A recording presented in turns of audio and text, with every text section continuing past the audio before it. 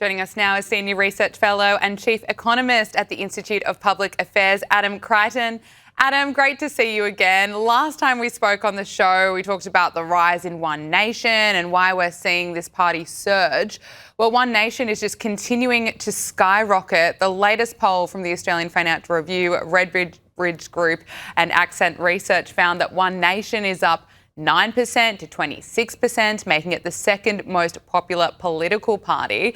And now, of course, today, the former Liberal Senator Cory Bernardi has become the latest politician to join One Nation. Adam, it really has the momentum at the moment. Yes, it certainly does. I mean, we've been seeing these polls now for about 4 weeks, roughly, and the 26% primary vote you just suggested, that's been reflected in numerous polls. So it does suggest it's a pretty sticky, solid figure. And that means we're seeing a political earthquake in Australia, like which I've never seen in my lifetime, where you have a party that I think got 6% at the last federal election just last year, now on about 25% or even 30%, I saw one poll. So obviously this has absolutely massive ramifications. It should mean, if those numbers hold, that they get 2 senators in every state, maybe more than that, and quite a big handful of lower house seats too. So, you know, it may well make One Nation the second political force in the land after the Labor Party, which of course is still dominant. And it's no surprise to me that Cory has thrown his hat in the ring. He wasn't treated very well by the Liberal Party. I can't remember if he was sacked or he resigned, but they did not have a good relationship. And Cory is a good speaker, and he certainly appeals to the base of One Nation. I think there'd be a lot of very happy people in the One Nation headquarters when he announced that he'd joined to run in South Australia. Yeah, I think you're right. Before I talk to you about the Libs, which is of course a mess, former Neighbours star Holly Valance has said that she enjoyed being cancelled after her anti-woke song was briefly removed from Apple Music after it soared to the top of the charts. And this is what she had to say on Sky News about cancel culture.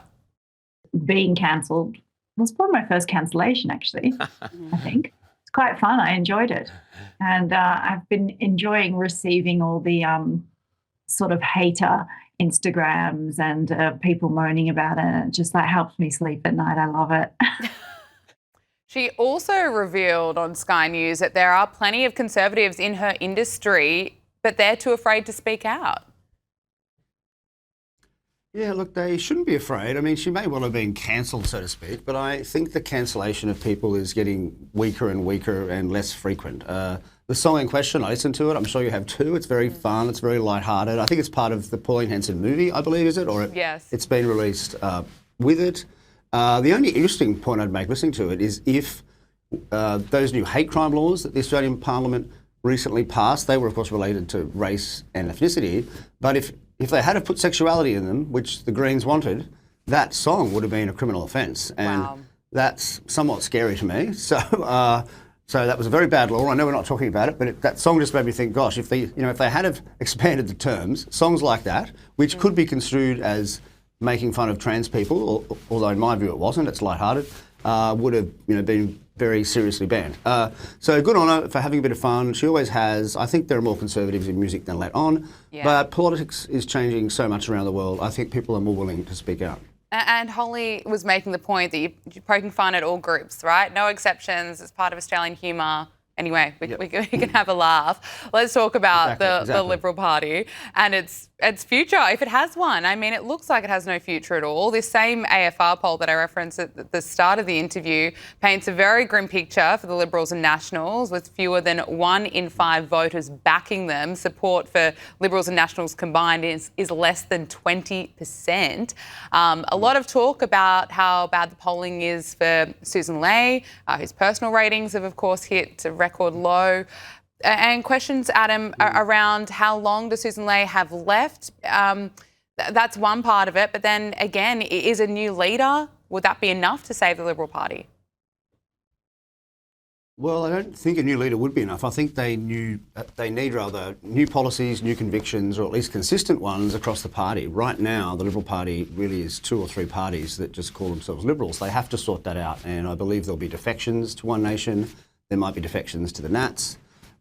There may be defections in the other direction. Who knows? I think there's a lot of movement that we're going to see on the right side of politics for the next 4, 6, 8 weeks.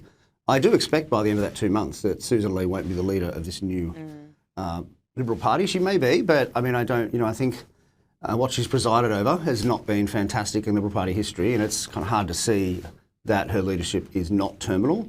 But let's just wait and see. I mean, the numbers at the moment are apparently with Angus Taylor, a former minister, former energy minister. He's a very smart guy, very articulate. But it wouldn't surprise me if there are some other people put their hands up in any spill.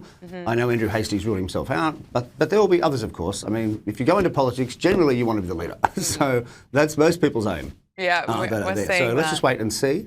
But they need to sort out their principles. That's the most important thing. The reason for the One Nation surge, I think, is because people know what they think on the core issues of energy, net zero, and on housing and immigration. They know. Do you know what the Liberals stand for on those? I don't really know. There's a lot of Great question. Great question. No, I think you're absolutely right. I mean, you know exactly where they stand on all issues. They don't flip-flop. The Libs have been flip-flopping on issues, and it's been, I think it's part of the reason they're in such a mess right now, really. Now, the Reserve Bank is expected to lift interest rates for the first time in 2 years today due to this rise in inflation. Adam, can you talk to us about why this is happening here in Australia? I mean, you've written about the notes money supply and that more than a quarter of the Australian dollars in existence today were created in the past 5 years. That's extraordinary. Yeah, that is extraordinary. I like saying that over and over again because I think it shocks people. But yes, the RBA is almost certainly going to lift rates. The next meeting, which is today, as you say, probably 0.25 basis points to 3.85, I believe. This has all been very embarrassing for them. They cut rates 3 times last year on the belief that inflation was going to fall. When they cut rates, inflation was already too high. And what happened was it just kept increasing. So it now looks like the first rate cut in particular, the one before last year's federal election, was very politicised. That was certainly not necessary and in hindsight was wrong. Of course, the Labor Party would have loved it at the time. And the subsequent 2 were wrong as well. I mean, I was arguing the whole last year, don't cut them, because the inflation rate was still in the high 2s. And there was no sign it was going down. And of course, now you have this latest reading, 3.8% for last year. That's well above the target. It's very embarrassing. And as for the cause, well, it's a mix of government spending. They are all running budget deficits. And when governments run budget deficits, they do actually create new money. It gets pumped into the economy. And the banking system too, because they're lending like crazy for houses. Whenever they issue a loan, they create money out of thin air. And of course, that money is then pushed into the housing market. And so, of course, house prices go up. So you also get inflation too. I mean, it goes from house prices, then it goes to other assets, and it flows through the economy. I mean, really, the money supply is growing at 7% a year, right? The number of Australian dollars sloshing around out there in bank accounts, that's very fast, really. Nothing else grows at 7%, not population, nothing real. And so it's no surprise to any economist that knows his stuff that you're going to get a pretty high rate of inflation, especially in housing, where most of the money ends up, when the money supply grows that much. And we're all feeling it. And Australians, it's just... Exactly. Not helping us at all. Let's talk about what's happening in the United States. Donald Trump is facing massive issues at home, and of course he's also weighing up whether or not to strike Iran or not. I want to get your thoughts on both issues. Let's start with what's happening domestically. Trump announced over the weekend that the government will not be assisting blue cities with ongoing anti-ICE riots unless help is requested, adding that he's instructed ICE agents to be very forceful in the protection of federal property. Adam, you covered the BLM riots and you've covered US politics for some time now. Looking at what's happening in America right now, there are plenty of reports that the protests that we've been seeing in recent weeks are not exactly organic. What's your read on where this is at the moment and what we're likely to see unfold? Well, I think the first point to make is the US is completely riddled with people who should not be there legally. That's true. 5 million, 10 million, no one really knows the number because it's hard to track. And Donald Trump was elected on a platform to remove a very large swathe of those people, a small proportion of whom are actually criminals. They do cause damage. We know that. And they have very vigorously tried to enforce that policy. And it's hard. People hide. It's hard to know who's who. And you've seen in Minnesota, the riots, the 2 accidental shootings, and that was a very bad look, I think. I mean, you can argue about whose fault it was, but at the end of the day, 2 people were shot by federal agents. It's not a good look for the federal government. And I think after the second one happened, I think a lot of supporters, even me, were a bit like, oh God, maybe we have to slow down a bit here. Because it just creates so much anger. And, you know, one famous fund manager said, I think it was Ray Dalio, said the US was on the brink of civil war. I mean, I think that's excessive, but that's the sort of thing some very intelligent people are thinking.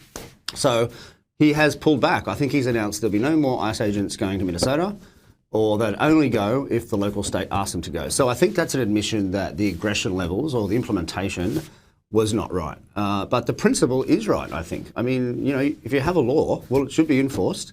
If it's not enforced, we'll just change the law and get rid of it. And that's where I think that is going to head. So Trump has stepped back on that one. Yeah, and I think you're right. Look, we do need to see a de-escalation, and so we can't have any more people being shot because it's absolutely tragic. But he's got a lot on his plate, Donald Trump. He's, of course, weighing up striking Iran. There are reports today that the US and Iran may be holding diplomatic talks in Istanbul on Friday, but, of course, there are warships in the Middle East. How do you think this is going to play out? What's your sense?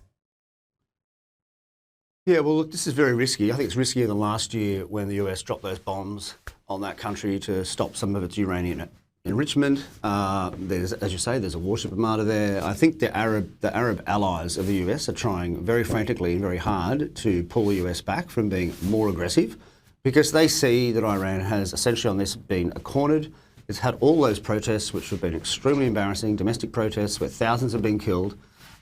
So it's a humiliated regime, but when regimes get like that, they are likely to strike back if they're attacked because they're worried that they'll collapse. And I think the threats that the US has made to Iran, they can't really be accepted by Iran. I mean, if I was Iran, if you were Iran, you would not accept them. They're basically saying you can't have a foreign policy, you can't have missiles of a certain length, and of course, you can't have nuclear weapons. You know, maybe on that third one, they will make progress, but I think the others too, in my view, they're probably going to be dropped. Because no self-respecting sovereign nation is going to allow some other country to tell it who it can and can't give money to, especially, you know, a country of 80 million people that's thousands of years old. I mean, that's how they see it, right? So, but on the other hand, Trump has foolishly, in my view, said that he would save the protesters or at least help them. But I can't see how he can do that without basically invading the country. And Trump has done a lot of interventions, but I think he likes the low-cost ones where you just drop a few bombs or you kidnap someone, you know, and then everything goes back to normal. But a full-scale war with Iran would not be like that. Yeah, it's interesting to watch him hold off for now. It'll be interesting to see what happens over the next couple of weeks. Senior Research Fellow and Chief Economist at the Institute of Public Affairs, Adam Creighton, thank you so much for joining us, talking about all issues around the world. We really appreciate it.